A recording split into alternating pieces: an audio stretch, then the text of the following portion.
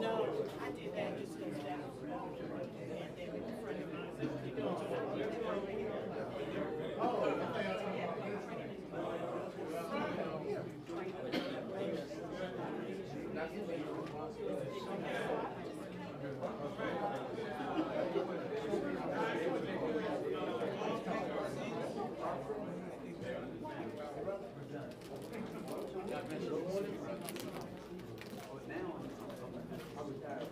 We can all take our seats.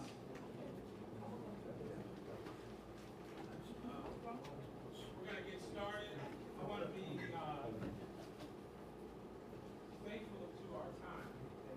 And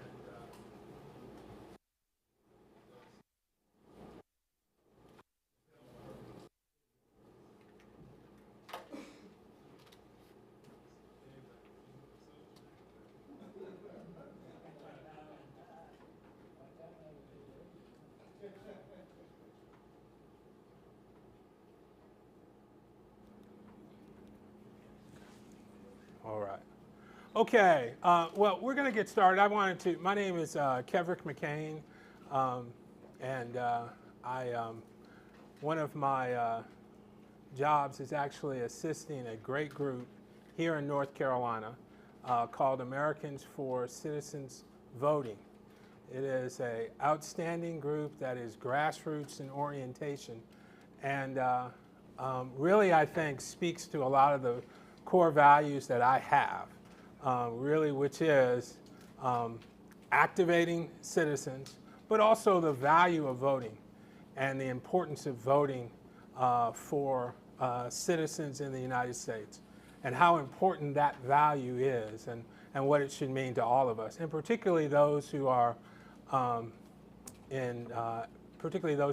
Americans, because it's something that took quite a bit to actually get.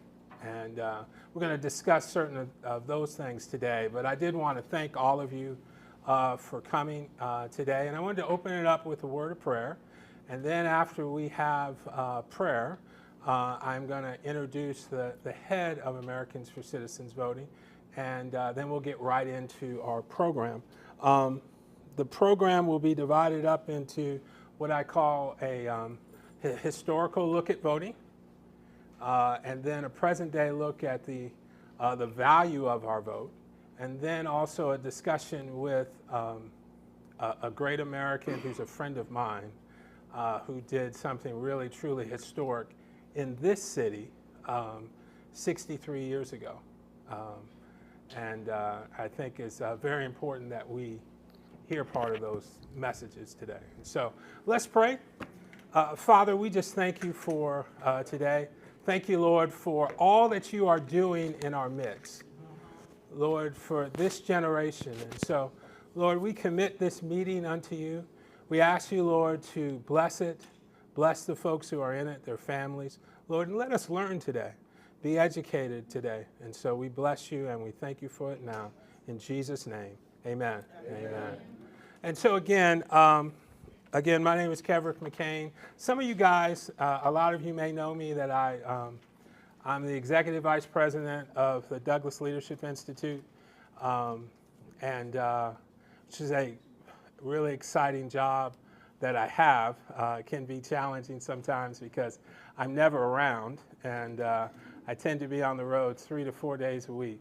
But it is really exciting to be back in the state of North Carolina with a lot of my friends, some friends from across the state, and one young man who my family is really proud of. I know if my wife was here, there's a young man who's here, his name is Christian Prescott, who was one of the first, before it was vogue for private schools. There was a lady that I knew, I actually am married to her, and so she had a vision to have a private school for kids in urban communities. And so we had to fund that in Durham, North Carolina.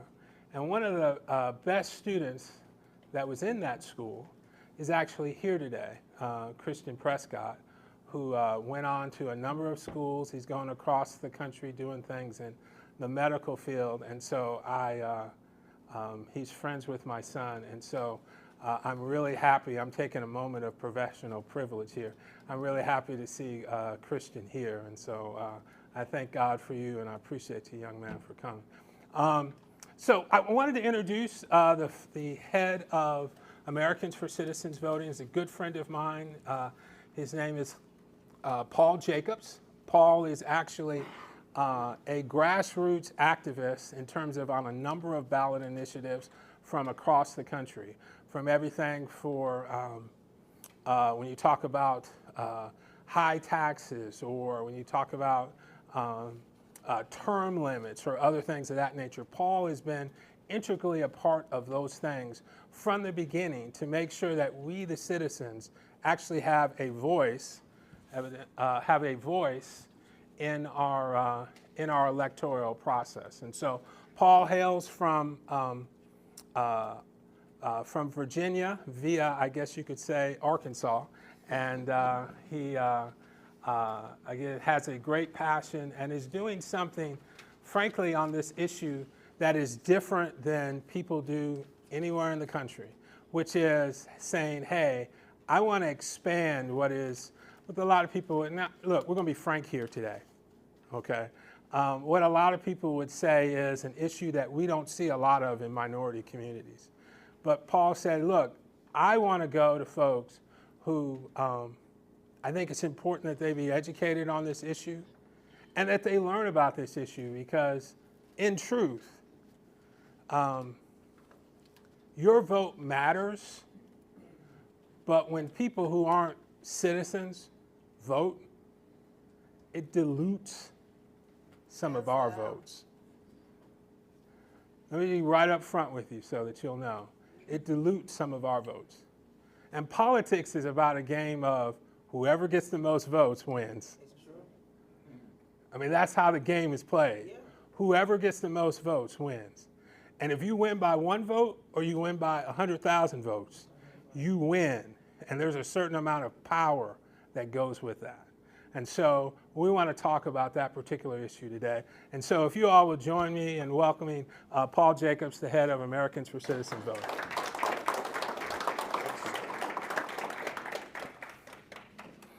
Thank you very much, Kebrick. It's been a real pleasure to get to know Kebrick and Timothy and others that are working on this effort in North Carolina.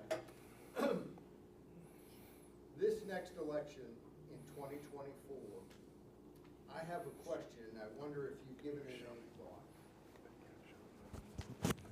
Will the Chinese ambassador to the United States cast the vote that decides the next election in Washington,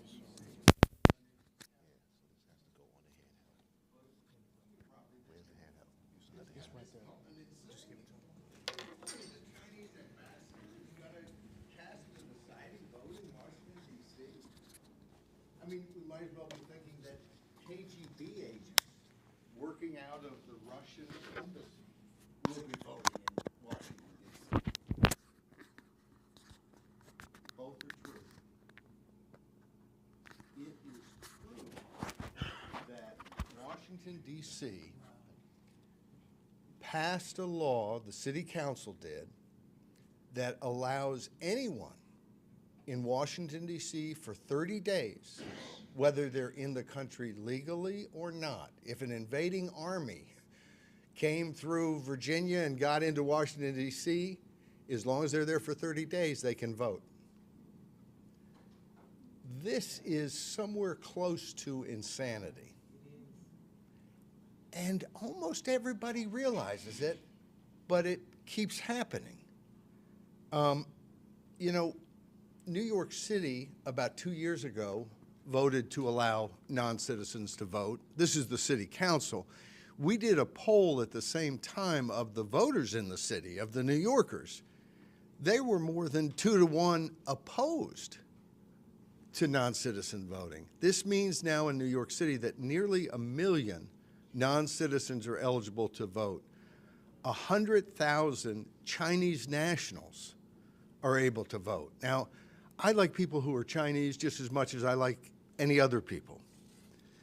But if they're nationals of the People's Republic of China, they may be told how to vote by somebody somewhere else. This is why we have basic rules. And let me explain why this has happened in the first place. We're not talking about, oftentimes people will talk about illegal voting, non-citizens, illegal aliens who are voting. This is not what we're talking about because they're voting illegally. We're talking about them voting legally. And that's something that we can step up and stop. Right now, in New York City, in Washington, D.C., in San Francisco, in Chicago, back when they had a school board that was elected, in 11 cities in Maryland, in 3 cities in Vermont, in 6 cities in Massachusetts, non-citizens are being given the vote. And again, at Americans for Citizen Voting, we love immigration. This country wouldn't be the country it is if it wasn't for immigrants. We want them to keep coming. But we want them to come legally. And if you're going to vote, you ought to join the country.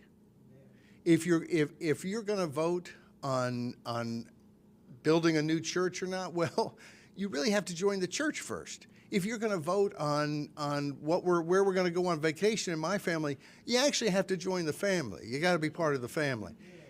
These are not crazy, mean ideas. These are common sense, sensible ideas.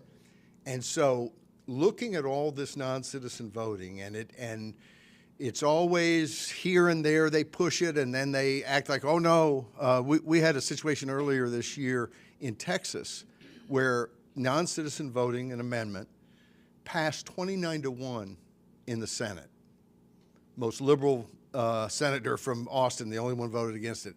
In the House, it comes up, and 54 Democrats voted present. And they voted present because they couldn't stand the idea of voting against the amendment because they realized someone's going to call them out on that. And so they just blocked it. They say they're not for non-citizens voting, they're for citizens-only voting. But then they block the very measure that would make that happen. So I don't quite trust them. But over the last 3 cycles, we have passed what we call COVAs, citizen-only voting amendments, in 6 states: Alabama, Colorado, Florida, North Dakota, Ohio, Louisiana. The average vote has been 76% yes. And so there is something we can do about this. And if you're wondering, well, how did they ever get away with this in the first place? It's a very simple thing. If you look at the state constitution here in North Carolina, and almost all the states have this similar language, it says that every U.S. citizen is an eligible voter. You know, if you're incarcerated or if you're not 18 yet, you know, there are other reasons you might not be able to vote, but as long as you're a U.S. citizen, you're an eligible voter. And most of us figured, well, okay, that's who's eligible. But the courts in a number of states have ruled that that's a floor. It's not a ceiling. And so it means that if you're a citizen, you have to be allowed to vote if you meet the other requirements. But it doesn't mean they can't give the vote to somebody else. And that's what they're doing in a lot of these places. So here in North Carolina, we're urging this legislature to do something about it. And we recognize, look, with what's happening in Gaza, with what's happening in Ukraine, with what's happening in a lot of places in this country, this is not the issue that the most people are dying about. This is not an issue that tomorrow is going to destroy the entire country. We're not, breathing some kind of fire, oh my goodness, this is the end of the world. But this is a very simple, straightforward, common sense issue. And if we can't get our government to get their heads together and solve something like this, and solve it before it becomes a problem. Once Asheville has already decided they're going to allow non-citizens to vote, now it's a big fight. And now they're going to accuse us of trying to take somebody's rights away. And as Kevrick said so well, and then I'll close up here, this is not just an issue about somebody who's voting who's not supposed to be voting. It's about someone who has a right to vote having that vote canceled. And, you know, I don't have anything that I can tell this crowd that you don't already know about how precious and important this right is. And that's true for everybody, but it's the sort of thing that in this country we've come so far. Don't let it all slide away. It's a simple vote. Should citizens be the only voters, or should non-citizens be voting? That's the issue. Let's demand that our legislators put that issue up to the voters and let us decide, because some of them will say, oh, we already have good laws here in North Carolina. This isn't such a problem. There is a law statewide. Of course, they could repeal that. And it doesn't necessarily stop local cities from doing stuff. But there'll be a lot of disagreements about what could be done or not be done here in North Carolina under the law. Lawyers will argue all day and night about it. But the one thing we know is if this is in the Constitution, it cannot be taken away from us without them coming back to us to vote. That's why we want to see this in the Constitution. That's why we want to vote next November in 2024. And this is something that is important, and it's important to set a baseline of common sense on this issue.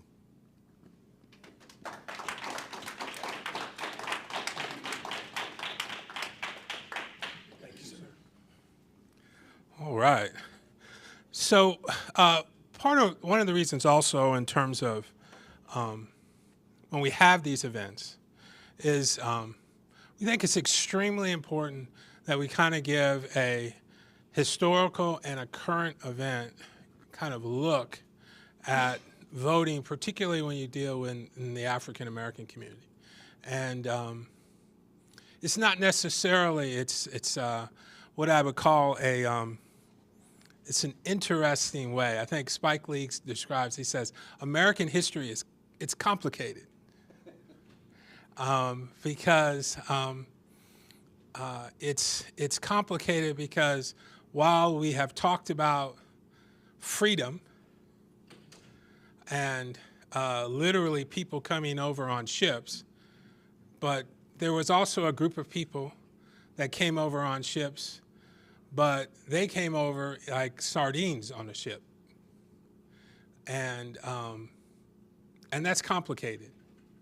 It's hard sometimes to wrap your mind around that.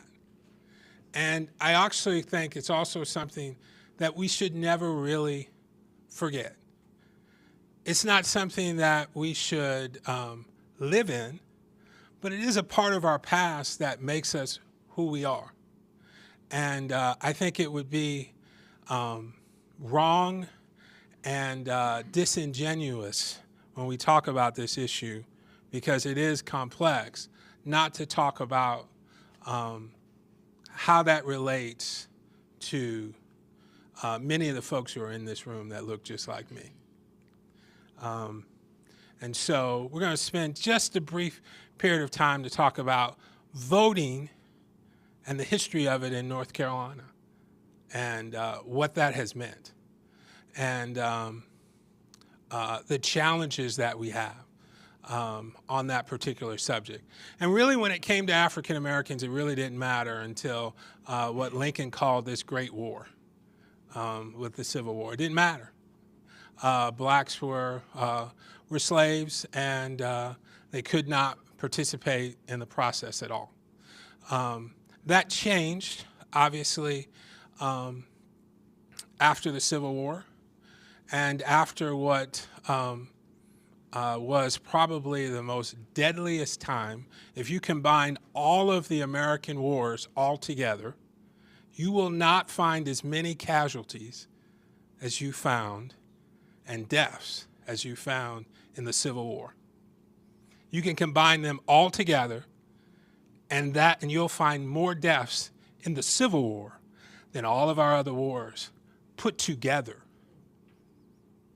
It's an amazing fact when you think about it.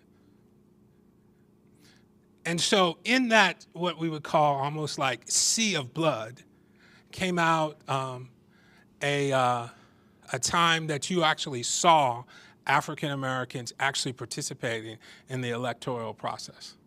And really, it's kind of a brief 25-year period, basically, or 35-year period, but I would really say it's basically late 1860s to 1900, where you saw black folks actually participating in the process like you had never seen before. Matter of fact, there are 111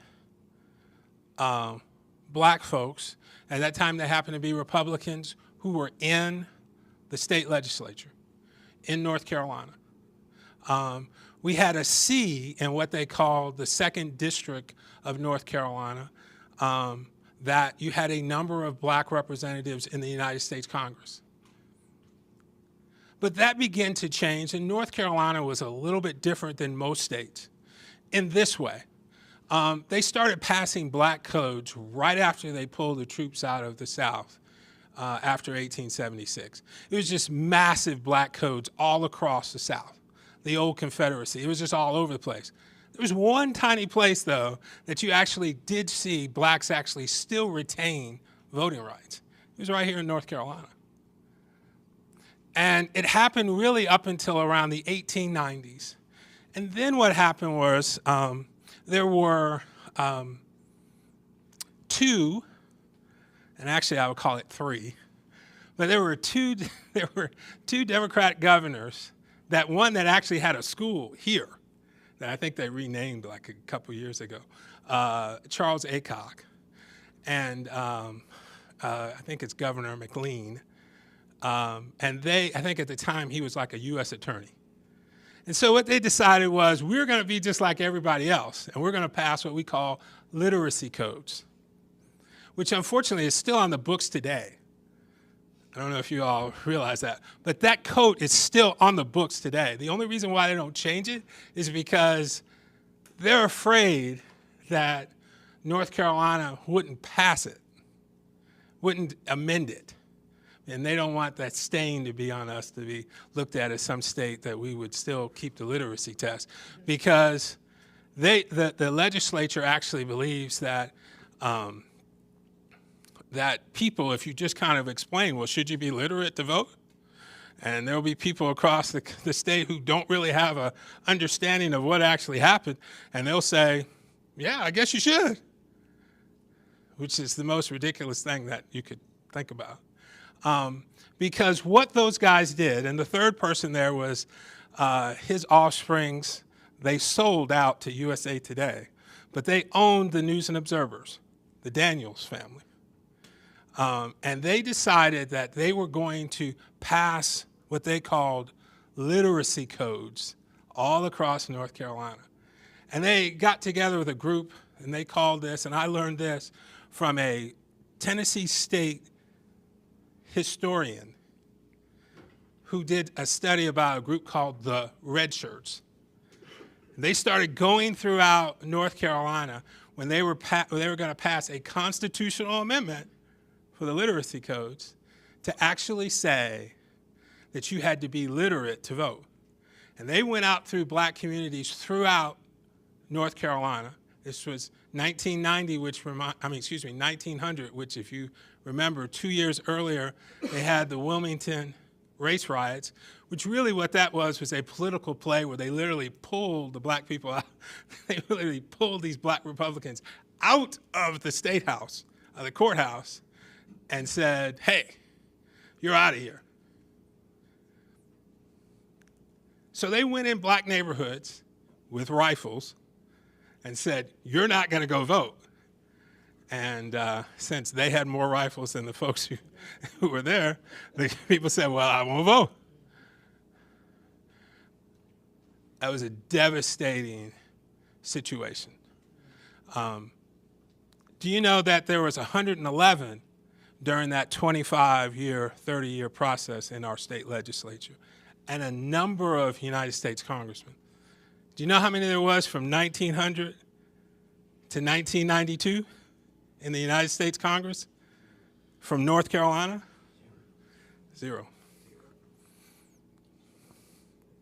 0.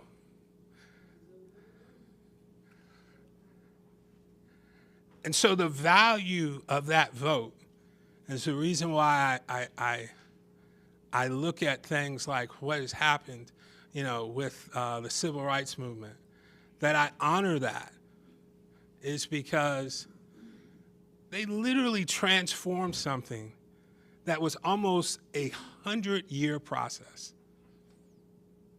It's quite amazing, the courage and what people did. Last little bit of story. I talked to my father one time. Now, I've been studying history and went to school for history as a graduate teaching assistant in history. I never knew my dad was at the 1963 march in Washington, D.C. He never told me. He never thought it was a big deal. He just said, that's something that I had to do at that time for what we were going through at that moment. And so what I would say to us is, we have a similar type of situation here. Our vote is valuable. I have a friend here, he came up with a phrase, he said, think before you vote. So not only do we need to use that vote, we need to think about it, because that vote represents some power. And so it's a very interesting subject, but I wanted you all to see when we're talking about what we had to go through in a very short time period that I have here to get that vote. It's valuable, and I say we protect it at all costs, because we can do something great in our country when we do things together.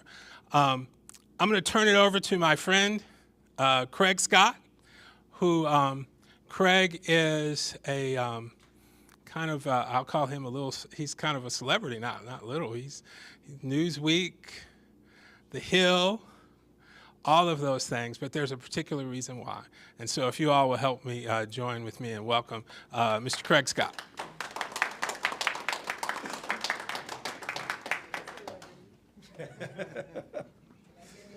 Yeah, yeah, autographs will be handed out at the end of the program. Yeah. Like Mr. Kever said, my name is Craig Scott. I am an actor, filmmaker, and also militant activist. Yeah, I know some of y'all might not be comfortable with that, but let me talk to you about it a little bit, and maybe you'll begin to understand it. I was asked to come and speak with regard to the fact that I spent 26 years in federal prison due to my militant activism.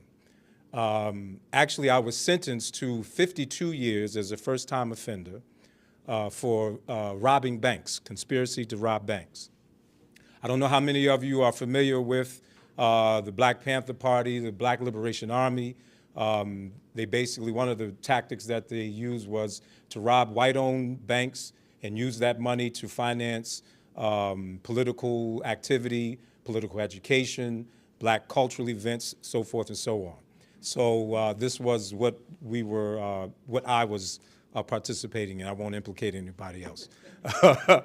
So in the course of that, I would be arrested and I would be sentenced to 52 years in federal prison. First-time offender, no one shot, no one injured, not a shot fired, nothing.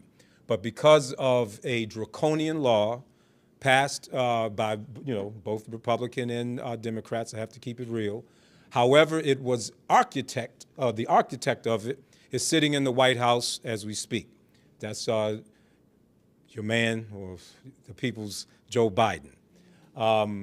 And Bill Clinton, of course, was the president who also pushed that terrible bill and law.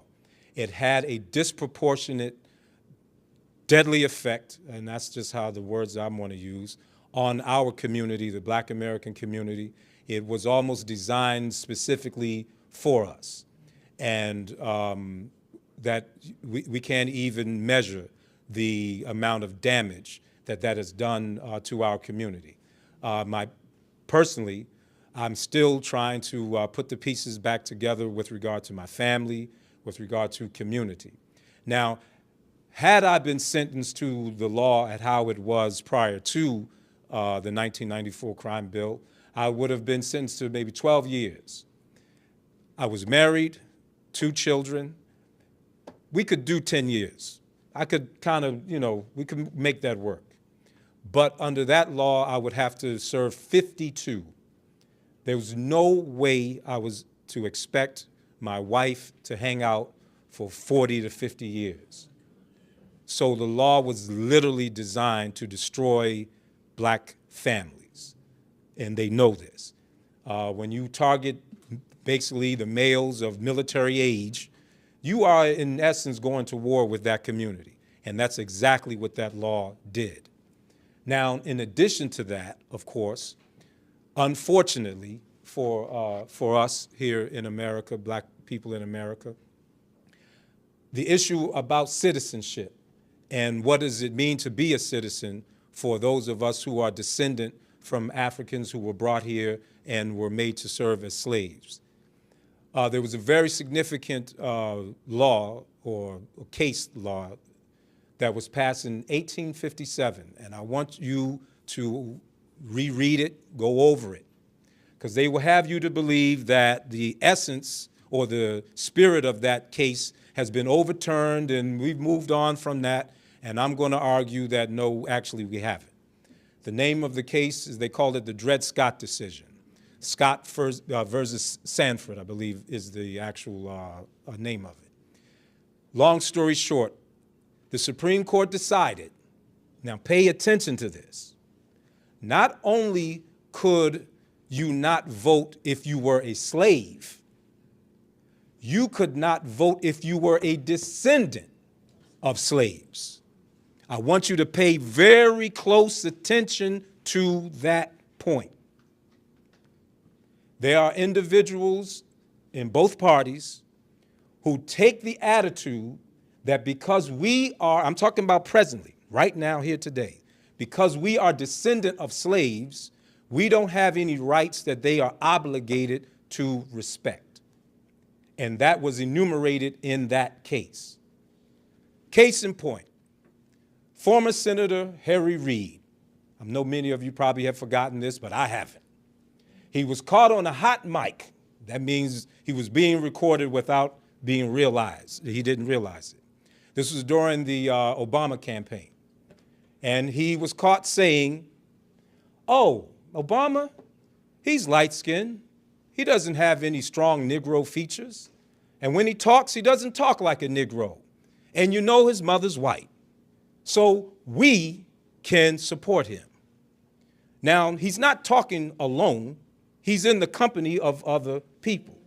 You don't hear a single person correct him. Oh, Harry, that's not right. What do you mean? No one's correct. He is literally voicing what the belief is of too many people in these parties and what they believe with regard to us and whether we are citizens. And this is affecting every decision that is being made. With the implementation of that draconian law, what they are doing is they are neutralizing our right to vote and then extending it with these long sentences. So our right to vote has always been under attack. Now we come to up to date. 2019 to 2020. Donald Trump introduces a law, or a law is introduced to him, and he says, listen, we've got to change that. We've got to overturn that. We've got to give an opportunity to these people that we have obviously wronged. So they passed a law called the First Step Act. And if it were not for that law, I would not be here talking to you now.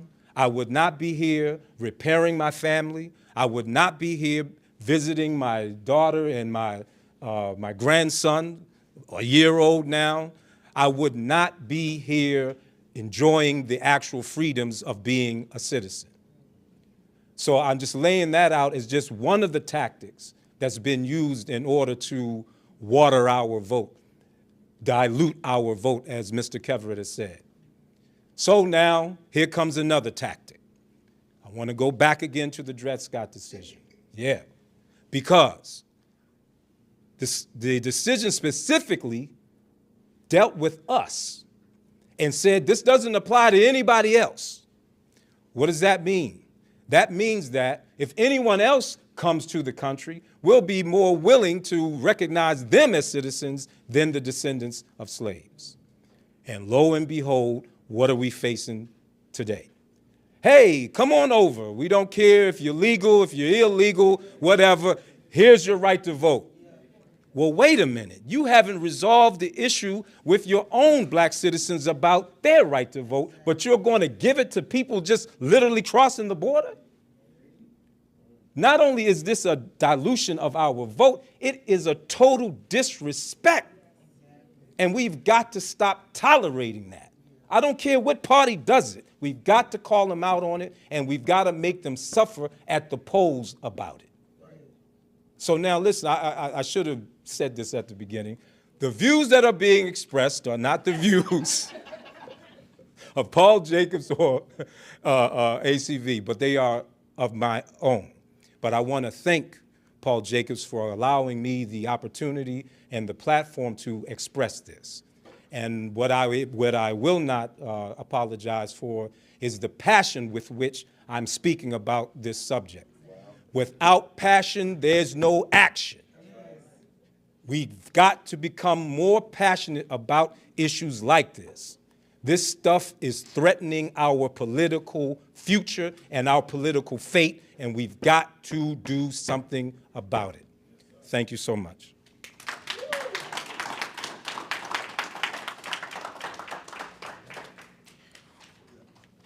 Well, I'm gonna tell y'all, I'm fired up.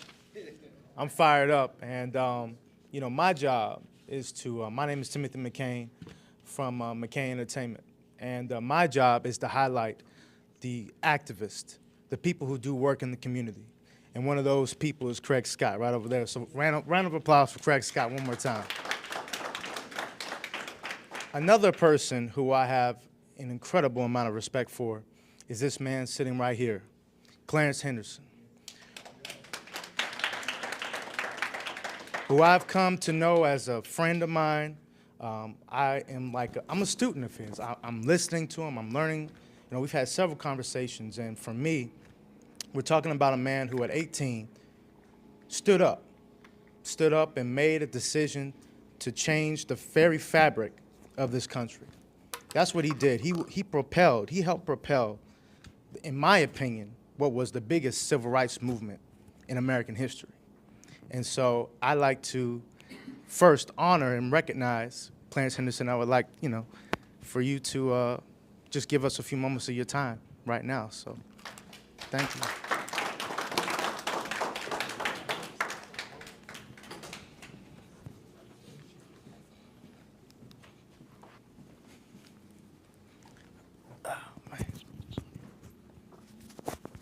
Craig, is this one of those mics again? Did he go somewhere? Is this one of those Harry Reid mics? I think so. I think it might be. So, Mr. Henderson. Yes, sir. How did you get involved in the Woolworth movement? That story is too long.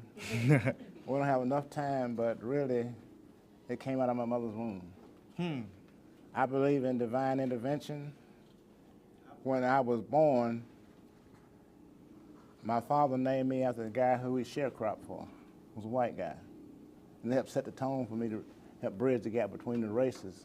So I've always been invited in, not that I volunteered, but I was invited in. So when I was a freshman at A&T State University, a guy by the name of Ezel Blair, who I started out in the first grade with, invited me to participate in the civil rights movement. There were 4 guys on February 1st that participated, and because I stayed off campus, I didn't know anything about it. And when I found out the second day, I became involved. The reason why I stayed off campus was because my parents couldn't afford for me to stay on campus. What triggered it was, this was the era time known as Jim Crow. And Jim Crow is another name for slavery. Exactly. And a lot of people don't understand that. But what actually happened was that when you see the picture of the 4 of us sitting at the lunch counter, the guy by the name of Joe McNeil had come from Wilmington for Christmas vacation, came into the bus station, which was downtown on Market Street in Greensboro. It was about 2 o'clock in the morning, and they had a restaurant there, and they wouldn't serve him. And so they had been talking about this before, and what happened was they made that decision that they were going to do something about it. So that's when they went down on February 1st. And one of the challenges we have in this country is that we don't know the real history of this country. There was a guy by the name of Ralph John who helped instigate this. He was a Syrian guy that had gone through some things. He had a clothing store near A&T, and he had been trying for 11 years to get A&T student guys to participate in something that changed the plight of the blacks as far as this country is concerned.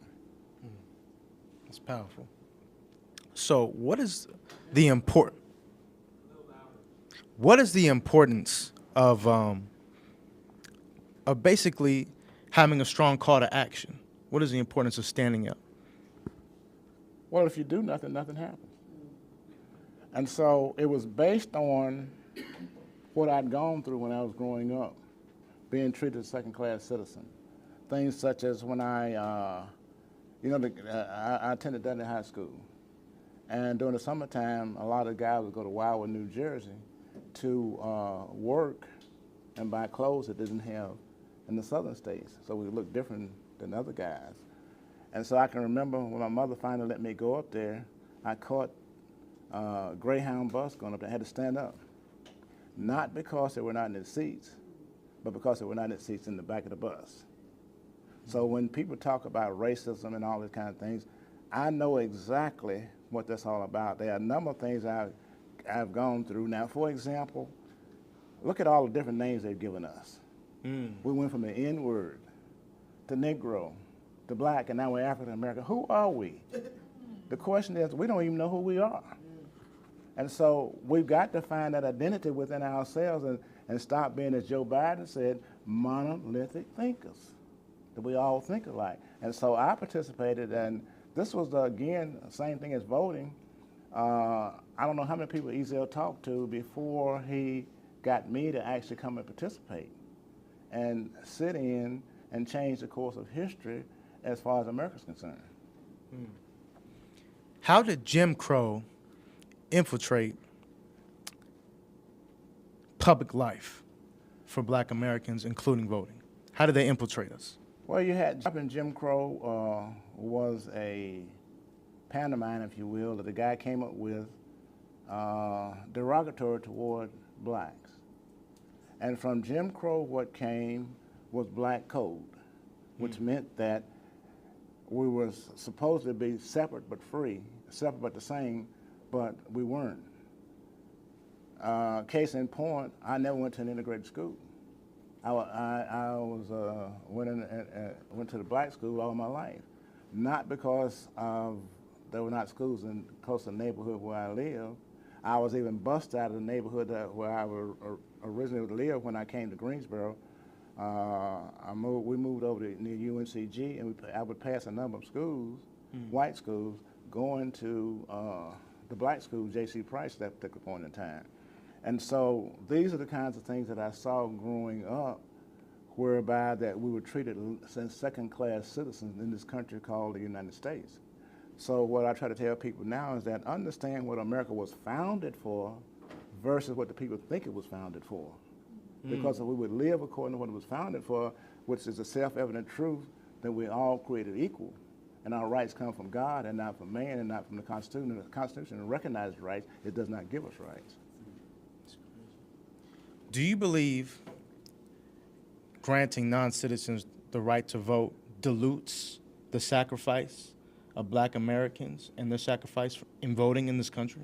It definitely does, because see, what happens is that you have a people that come here that don't know anything about this country, and they've been told how to vote, as opposed to looking at what's the right way to vote. And a lot of times they're voting against themselves, as opposed to voting for themselves. So, and what we live, you have the rule of man versus the rule of law.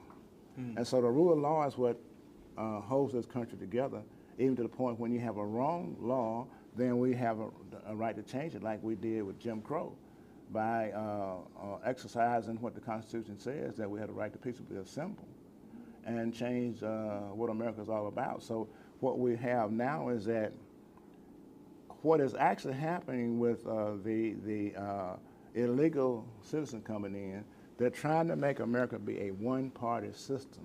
And a lot of people don't understand that. They're bringing them in and saying that you must have allegiance to this certain party, basically the Democratic Party. If illegal aliens were coming in, they were going toward the Republican Party, they closed the border down today. Would you support a constitutional amendment in explicitly stating that only citizens can vote? The Constitution is rule of law. And when an exception becomes a rule, you don't have the rule. The standard is the standard. You don't change the standard. That takes away the integrity of this country, and the very reason why these people are coming over here is because of the freedoms they have that they don't have in their country. And so what they're trying to do is use it and say that we are discriminating against black folks when we say we got to have photo ID, not voter ID, but photo ID, because they're taking away their right to vote. But actually what we're doing is that we're opening the door for people to feel like they're obligated to vote a certain way. And so now with the Constitution stating specifically what makes you eligible to vote, we're taking that away. And so will America become that country that people are leaving as opposed to coming to? Because people are coming here because they come for the opportunity. So we have to recognize what this country was founded for the kind of freedom that we've had during all this time, and that's being taken away even as we sit here. February 2nd, 1961, you and your friends led a very strong call to action. What would you tell the new generation to have that same strong call to action to make a change? Because you guys helped change the very fabric of this country. What can we do to have that same strong call to action? Well, it's no different now than it was then. People are people. And when you talk about freedom, what actually you have to look at is that freedom is not free. There's a price that must be paid. It must be paid in full. It must be paid up front. And so there's still things in this country where people are not recognizing what the laws of this land say, and we've got to make sure that we hold a government accountable, because governments are instituted among men, deriving their just powers from the consent of the governed, and that's why voting is so important. And we need to understand who to vote for. We need to know how to vote, how to vet the people that we're voting for, that will preserve what this country stands for. And so what we have right now is we have people in this country that are fighting against themselves, not recognizing that this is the only place they're going to ever be. And if you don't defend this country, what are you going to defend? And so that's why I take the stand is that I'm not upset with any white person based upon what they did in times past. I deal with the element and the environment we have here right now, whereby that if you're going to try to take away my rights, I don't care if you're black, white, red, or yellow, Democrat, Republican, you got a problem with me. And so our challenge now is to make sure that this country remains the viable entity that it is right now. And I would recommend that everyone in this room read The Rise and Fall of the Roman Empire. We're right in the middle of that right now, and most people in this country don't understand that, and they don't understand how close we are to this country being divided. It's like what Brother Craig said a few minutes ago. And a lot of people that voted for Joe Biden and that crime bill, here's what he said. He said it would hang me and you for everything except for jaywalking. Now, how do you vote for a guy that has that kind of prejudice against people that look like us? How do you have a guy that you vote for that says that if you don't vote for me, you ain't black? That's the color I came here. So the point being is that there's integrity that has that lives out as far as a vote is concerned. Thomas Jefferson said, "America's an idea in the minds of men." What that means is that we as citizens are to decide how this country goes by going to the polls and voting as to what kind of country we want to have. And unfortunately, we have too many people that are not voting, or they're voting according to what other people tell them that they should vote for, or they take the attitude that my vote doesn't count. Ask Chief Justice Newby if votes don't count. He is the Chief Justice of the state of North Carolina by some 300 votes, I understand. And so,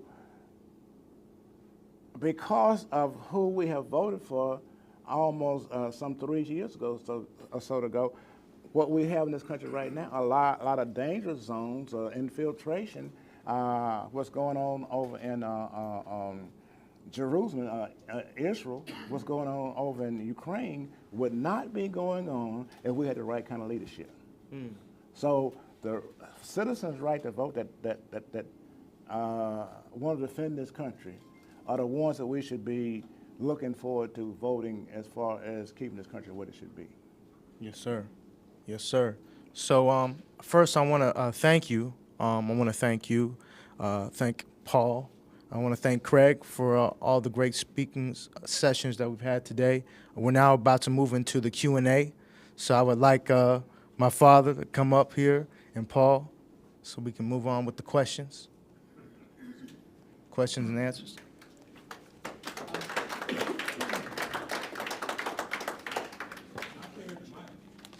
Oh, you carry the mic? Okay, cool. Is he gonna walk around? Oh, yeah, absolutely. I'll walk around. So you're gonna lead? Oh, yeah, for sure. Does anyone have any questions?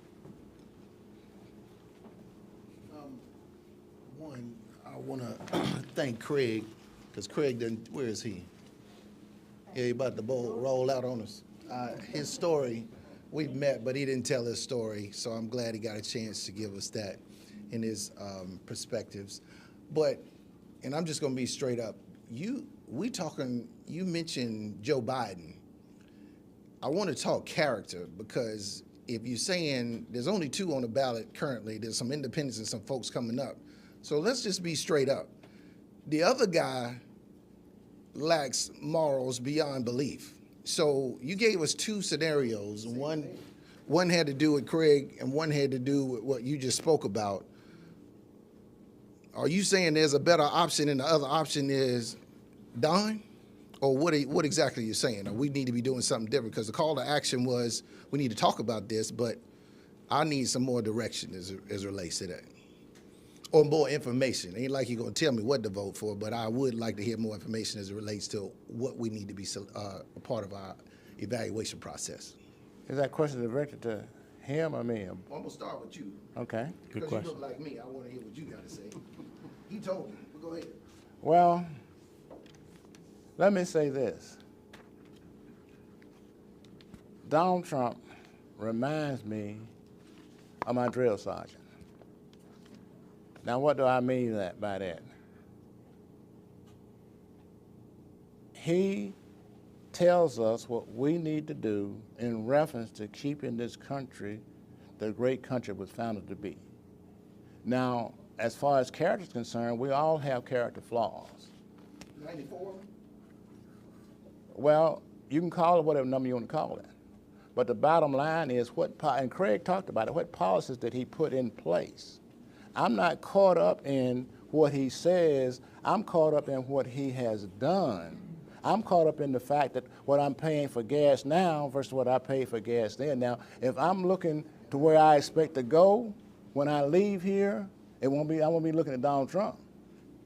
And that simply means that when I leave this earth, I'll be looking for who I believe in was the Lord God Almighty. But as far as directing this country, then we have to realize who is in favor of this country. I don't know whether Donald Trump is president or not.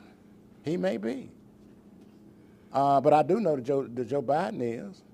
And I do know that we need a leadership. And Donald Trump has been in all those countries that we're dealing with right now. And see, it's very restrictive as to what the president is supposed to do according to the Constitution. A lot of things that presidents are doing, and include Donald Trump, are outside the scope of what their responsibility is. That's where we as citizens of this country have to be responsible enough to hold them accountable. It won't be tomorrow because we've allowed too much free reign with them that they think that they tell us what to do as opposed to what us telling them what they are to do. There's a responsibility that we have that we're not taking that responsibility for. So I had a choice 4 years ago. I have a choice in November. That choice will depend on who is there that I can vote for that I believe that will help continue to protect this country. So, and I ain't trying to be funny, but when you talk to moral character of a person, and you talk about putting them in office, and you say that one's not a racist, but he doesn't allow you to protest freely, that has nothing to do with racism.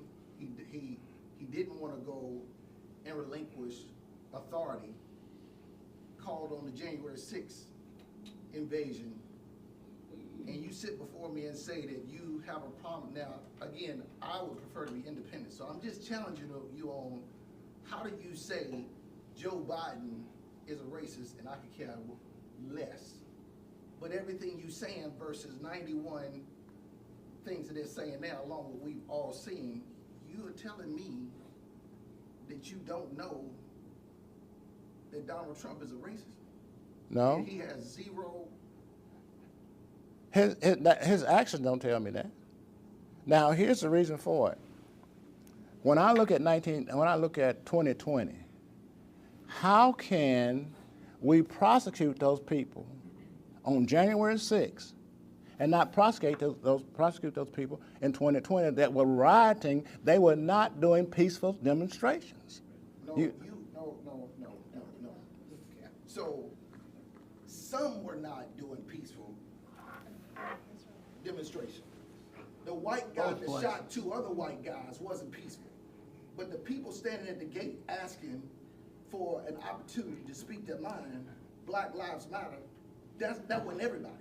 So tell me again how you compare them to the folks that went into the White House after assaulting all of the people that had guns and had a badge, standing to keep them out. The law says, here's the thing, the only way we were successful in the civil rights moves, the law said that we could peaceably assemble. Now, whenever you have an occasion where there are people that are rioting and having peaceful demonstrations, then they should be handled accordingly. Where we are right now is that we're at the point of perhaps martial law, and we don't even recognize it. See, I just turned 83 years of age. There's some things I can tell you that I have seen that show us where we are. There's no law that you have that can cause a change a person's heart. It is the actions that I've seen from Donald Trump. And I just said before, I don't know whether he's prejudiced or not. That is not the question for me. The question for me is his actions. his actions, because he put a $500 billion plan in place for the black community, and what happened to it? What did he do with it for the HBCU that Joe Biden has not done? So when I look at all these actions, a person can say one thing, but when they do something else, for me, when I look at an independence like me straddling the fence, I'm gonna go on one side or the other. That's my choice. And I go on that side based upon what the platform says. The platform, the Democratic Party says one thing, the platform of the Republican Party says another thing. I cannot go in that direction of saying that there's no such thing as traditional marriage, there's no such thing as pro-life, when you had, in 1960, you had 20 million blacks in this country.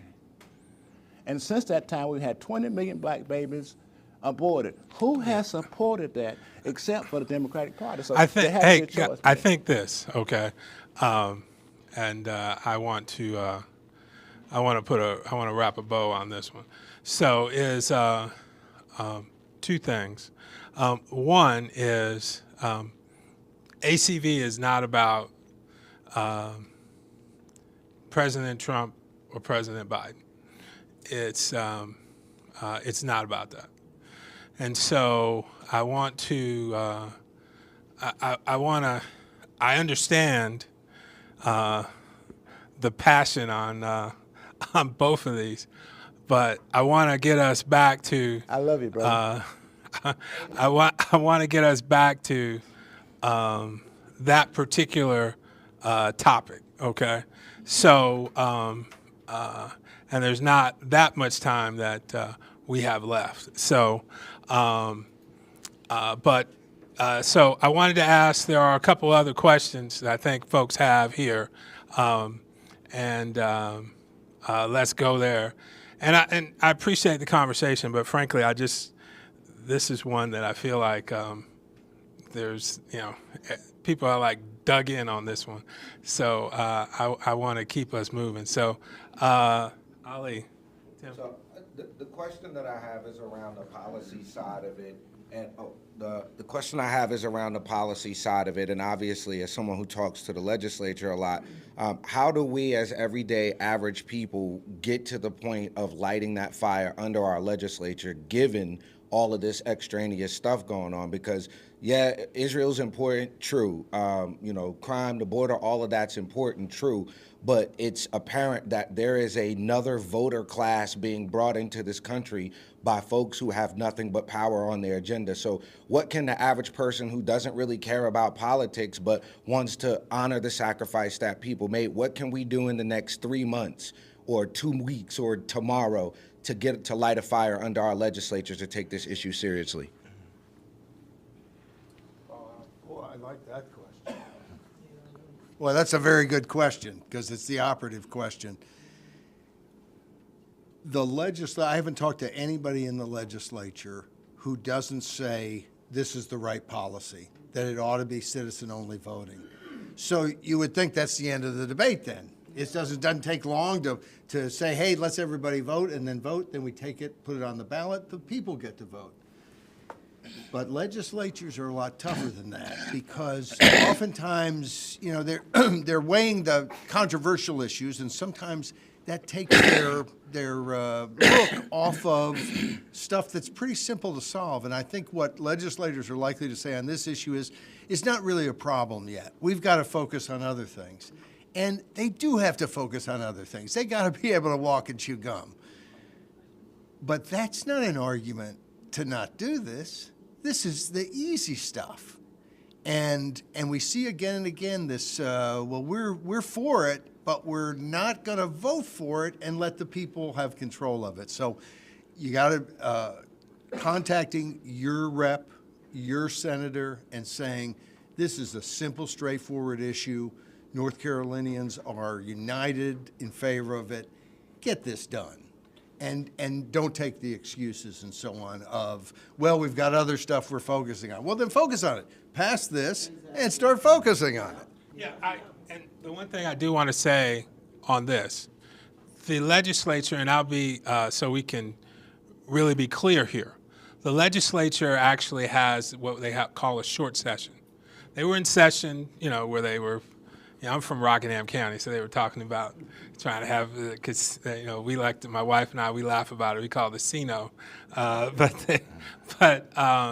they spent a long time with that budget process. But they are coming back for what's called a short session. And in that short session, they can pass some laws that actually would put this on the ballot in November. It would be just like any other ballot initiative that you might see. There might be something that says, hey, this lake is supposed to be a natural, something historical that we use, okay? We want to actually put on the ballot in November a change to the Constitution that's in your packet. Very simple, okay? And so it's just a one-word change that says only. Why? Because the state of my home state, New York, has some issues with that. Where a lot of my friends are in D.C., they had the same exact language. And so what we're asking is that the legislature would put that on the ballot in November. And then our aim is that you would vote for it. Now, this isn't something that we've done some polling on that. We've been out to hit about 97,000 African Americans in North Carolina, from Fayetteville to Raleigh to Charlotte to a little small place called Kannapolis and Concord, and polled black people with those questions. Said, would you support a constitutional change, and do you believe in having non-citizens vote? It's actually in the high 80s that say, one, we don't believe that that non-citizens should vote, and two, we would support a constitutional amendment that would do that. I mean, we directly went to their homes and asked that question. And so that's our desire actually here, is that we can get in that and have that be a part of the process. So one more question. I think we've got time for two more, actually. Gotcha. No, the gentleman back there was first. Gotcha. And then we'll come to this. I have an unusual issue to raise. It is what I call the issue of debt slavery. And if you study the history of banking in the United States of America, we are forced to borrow all of our money into existence through the Federal Reserve and the banking system. And Senator Dick Durbin years ago has said that, frankly, the banks control Washington, D.C. And if you watch where the money goes, I have started asking who buys our vote with the benefits they offer through the vote. The government, and I'm not going to say which party, but there's one party that freely hands out a lot of benefits. And for those of us who are in debt and are receiving those benefits, they are buying our vote. And we need to be really careful about who we are in debt to.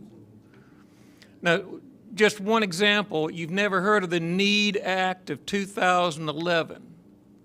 What it would have done, it would have replaced the Federal Reserve debt-based money with money created freely in the Treasury, like President Lincoln initiated, and that free money existed until 1996 when the debt-based bankers took it over. The challenge there is that the NEED Act included $10,000 of money for every citizen in this room and would have allowed us to pay off national debt as it came due each year. But none of you ever heard of the NEED Act of 2011. You can go to the legislative listing, lis.gov, and you can look up the NEED Act of 2011 and read the text, and it's in there. It says we need to create money free of charge in the Treasury and not create it through the banking system, which will keep us in debt.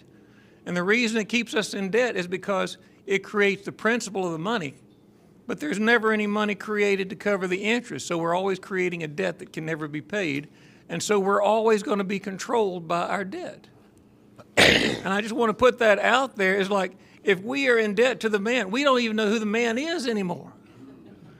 And I will let that, and the gentleman here who was robbing the banks for the good of the Lord and the work of the people, you know, I can't fault the man for that. But we need to pay attention to where the money gets created and who holds the debt over us, because whoever controls the money controls the world these days. And that's all I'm going to say. And I want my $10,000. Understood. Yes, sir. Thank you. My name is Christopher Jackson. I'm CEO of Smart Technology. We're a manufacturing company.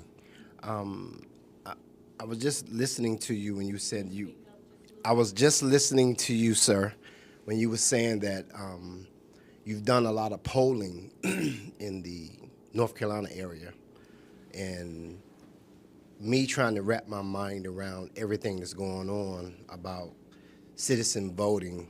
I agree with that. And I was wondering how much polling was done in white neighborhoods or white neighborhoods of finding out how do they perceive this to be in citizen voting only. I think it's a good question. If you look in your packet, there's a series of polling data that's in the packet. Now that polling data actually, it's actually of the whole state. Oh, let me see. I think I need that for this streaming thing here.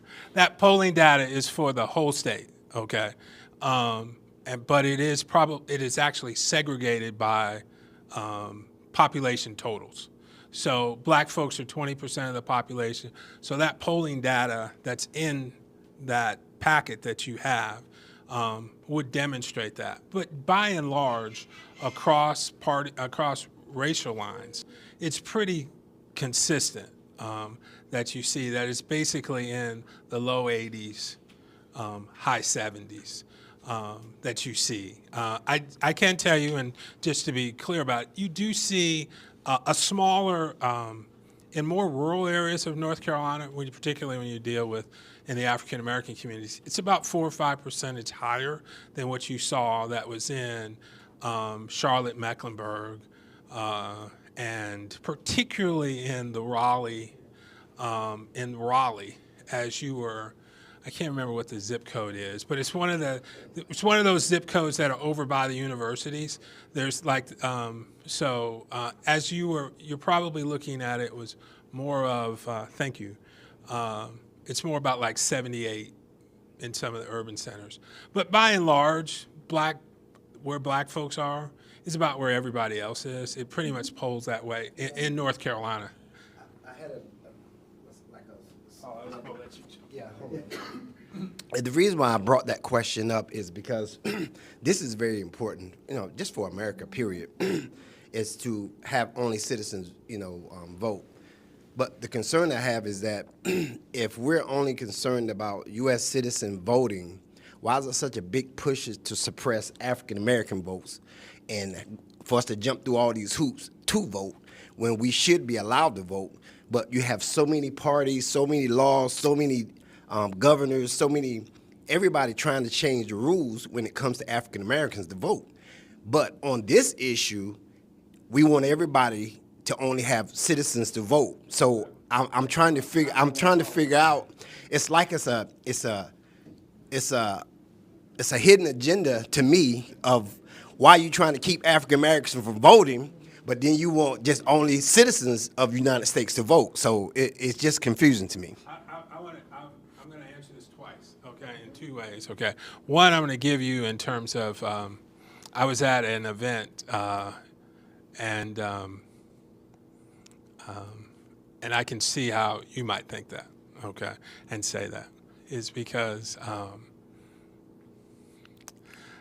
the reality is that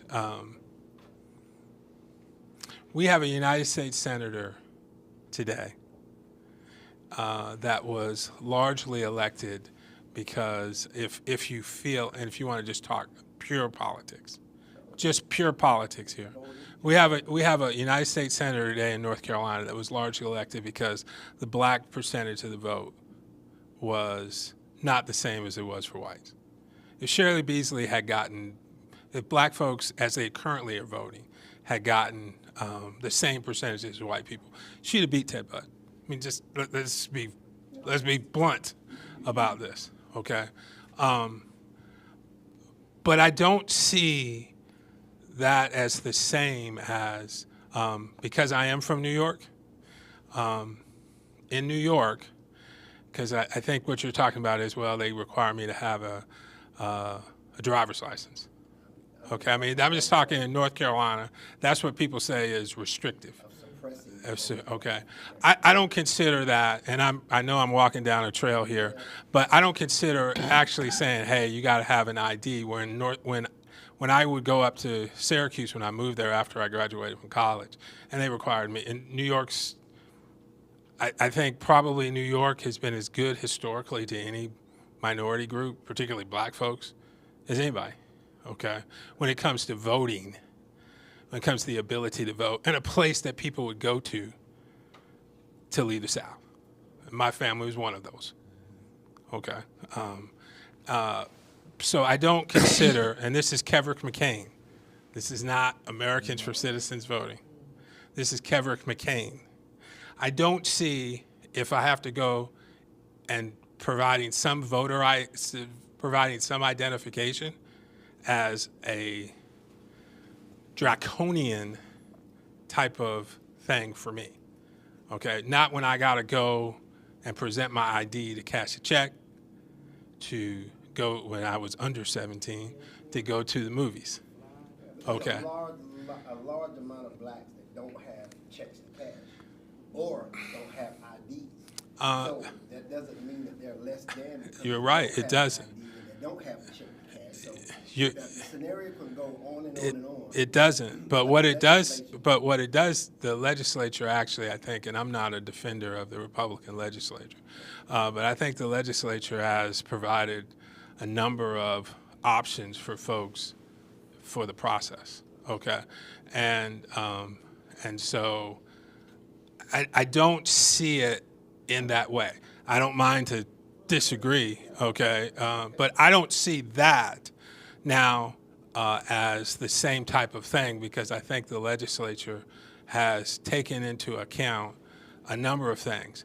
But if you are asking me candidly, okay, are people, if votes are the same, are people, do they assume on the political side that the more black people that vote, the more challenge it's going to be for certain parties? Yeah, I mean, you'd be crazy if you didn't see that. But this issue is not that, okay? This issue is not, this is a nonpartisan, but I wanted to answer your question, and I wanted to be as straightforward and as honest about it as I could be, okay? Because I think there shouldn't be a lot of spin on this one, okay? This one is going to be at the bottom of the ballot after everything else that you vote for.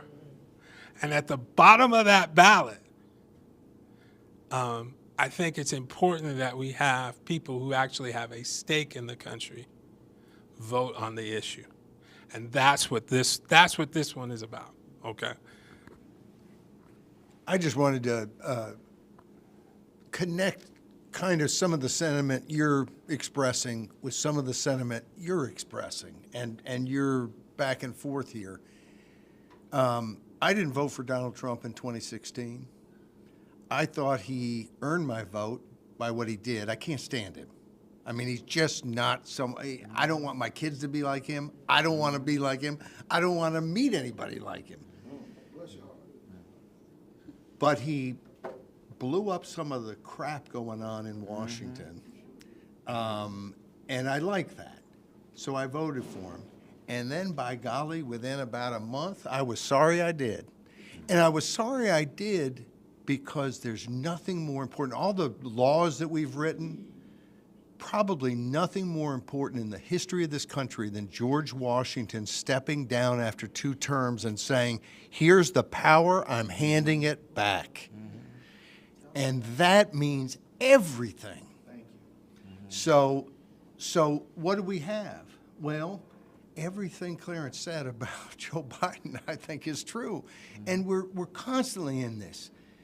We cannot allow the politicians to line us up in blue and red, and then we fight for them. That's not what we're trying to get to.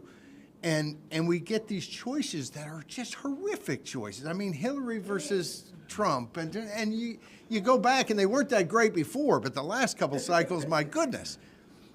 So this is not about Republican or Democrat, but it is about us having a political system that we control instead of they control. And it's not about Biden or Trump. Right. Because if you replace Biden and Trump, we still have the same problem that they want to say this is a free democratic system, but they don't really want to give up that power. They don't really want the voters to decide if they're not going to decide the way they want. Yeah. And so when Republican legislators talk about election reform, I would be skeptical. When Democratic legislators, when the Congress was talking about the Right to Vote Act and so on, when Democrats were in control of the Congress, do you know that stuck into that, like a zillion other things stuck into that, was a provision that made it no longer a prosecutable crime to register a non-citizen to vote, or for that non-citizen to register to vote in states that it was illegal? There's all kinds of, what I'm saying is, we can't trust the Republican Party or the Democratic Party.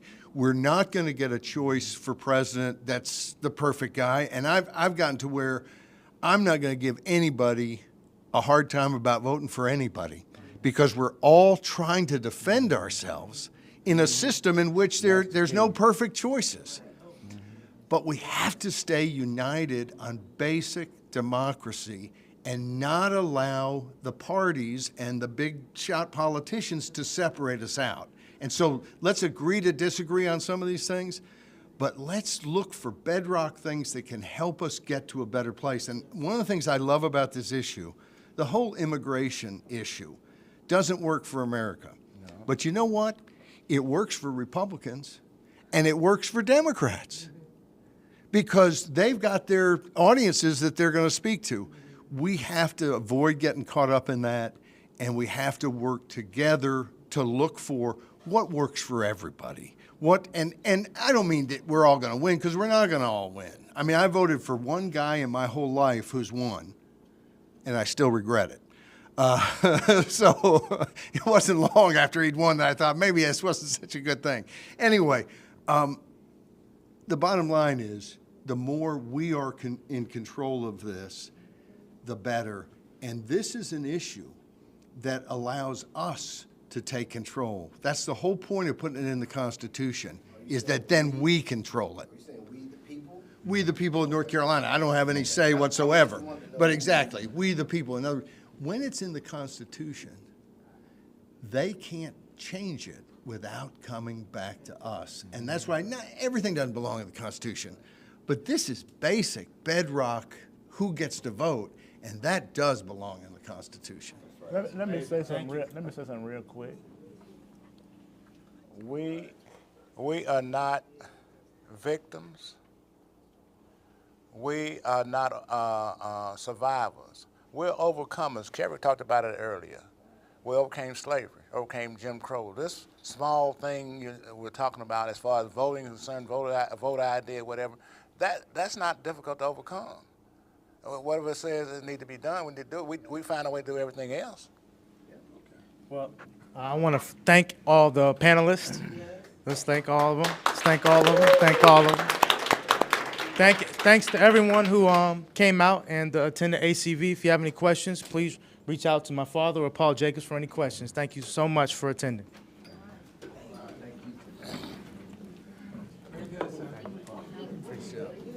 Your answer was so good. I wanted to